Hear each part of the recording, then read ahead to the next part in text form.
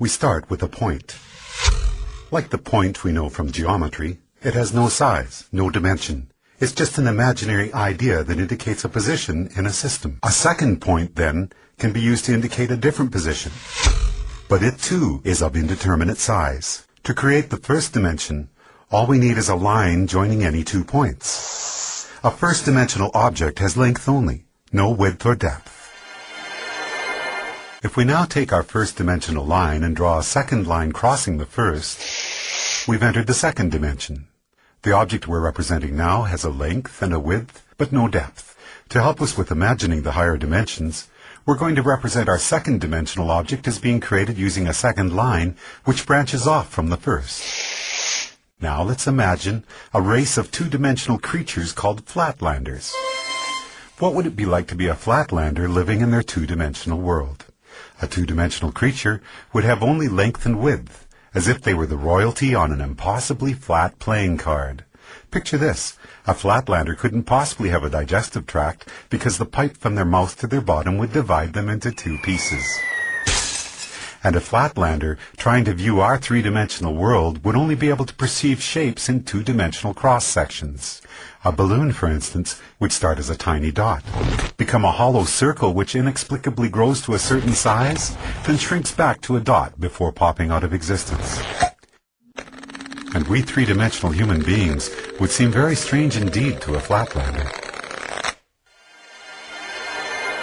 Imagining the third dimension is the easiest for us because every moment of our lives, that's what we're in. A 3-dimensional object has length, width, and height. But here's another way to describe the third dimension. If we imagine an ant walking across a newspaper which is lying on a table, we can pretend that the ant is a flatlander, walking along on a flat 2-dimensional newspaper world. If that paper is now folded in the middle, we create a way for our flatlander ant to magically disappear from one position in his 2-dimensional world and be instantly transported to another. We can imagine that we did this by taking a 2-dimensional object and folding it through the dimension above, which is our third dimension. Once again, it'll be more convenient for us as we imagine the higher dimensions if we can think of the third dimension in this way.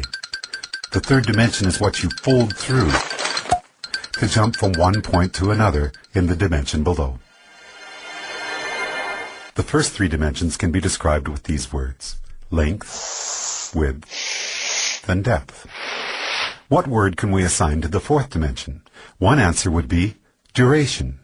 If we think of ourselves as we were 1 minute ago, and then imagine ourselves as we are at this moment, the line we could draw from the 1 minute ago version to the right now version would be a line in the fourth dimension. If you were to see your body in the fourth dimension, you'd be like a long undulating snake, with your embryonic self at one end and your deceased self at the other. But because we live from moment to moment in the third dimension, we're like our second-dimensional flatlanders.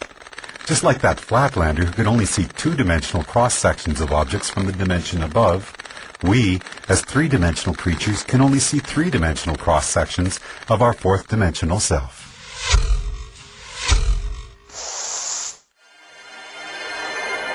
One of the most intriguing aspects of there being one dimension stacked on another is that down here in the dimensions below we can be unaware of our motion in the dimensions above. Here's a simple example.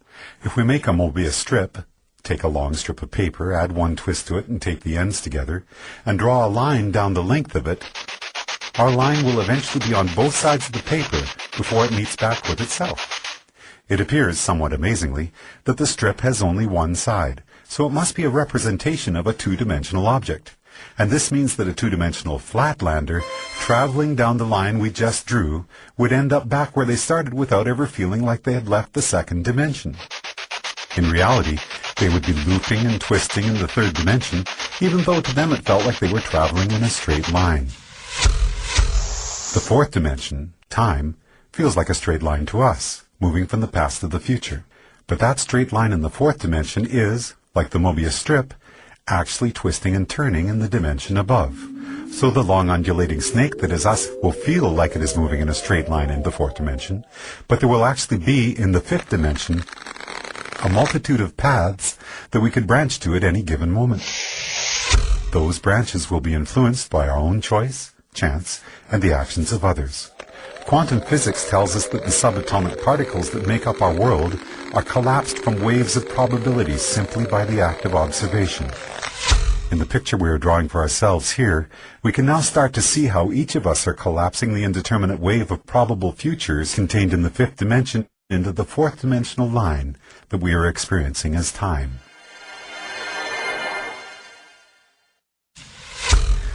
What if you wanted to go back into your own childhood and visit yourself? We can imagine folding the fourth dimension through the fifth, jumping back through time and space to get there.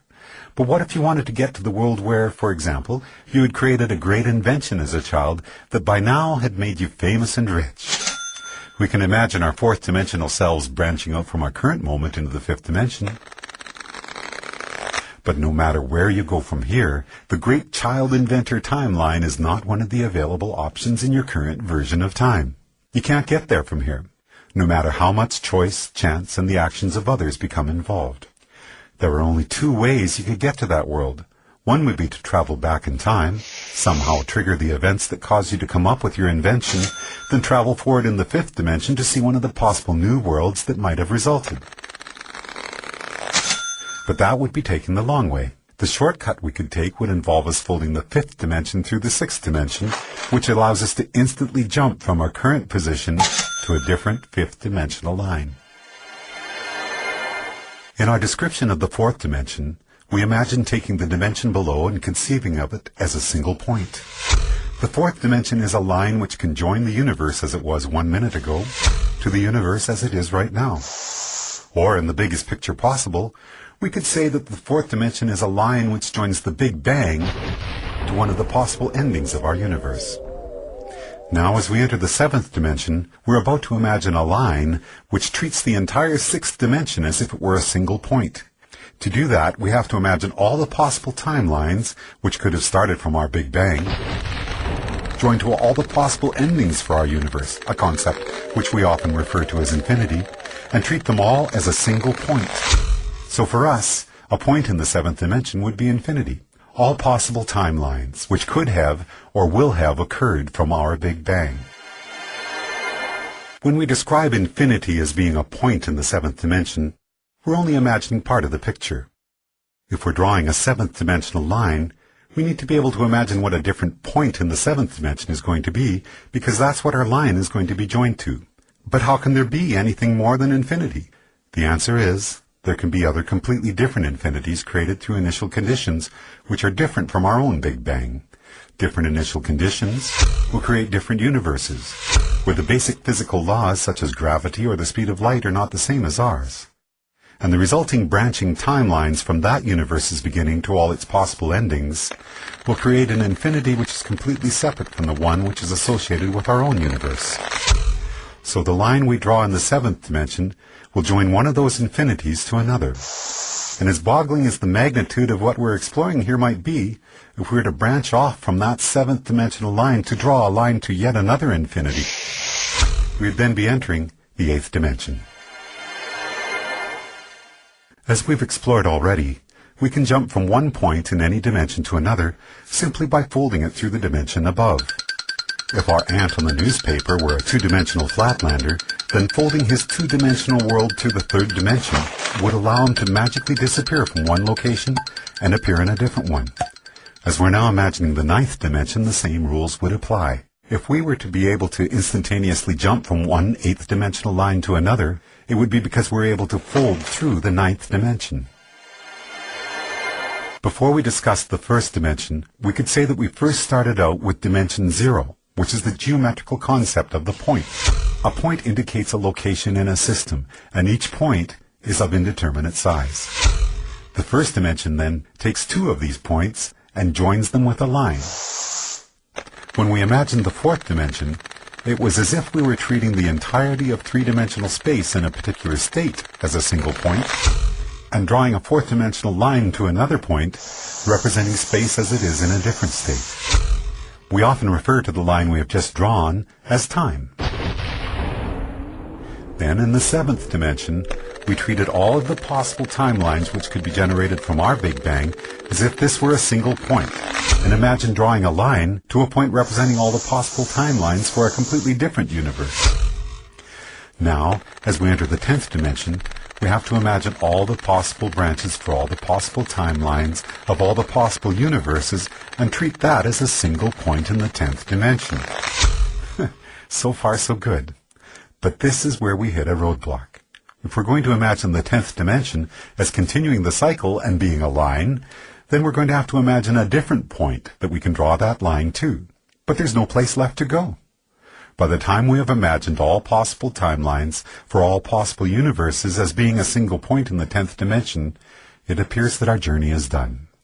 In string theory, physicists tell us that superstrings vibrating in the 10th dimension are what create the subatomic particles which make up our universe, and all of the other possible universes as well. In other words, all possibilities are contained within the 10th dimension, which would appear to be the concept we have just built for ourselves, as we imagined the 10 dimensions built one upon another.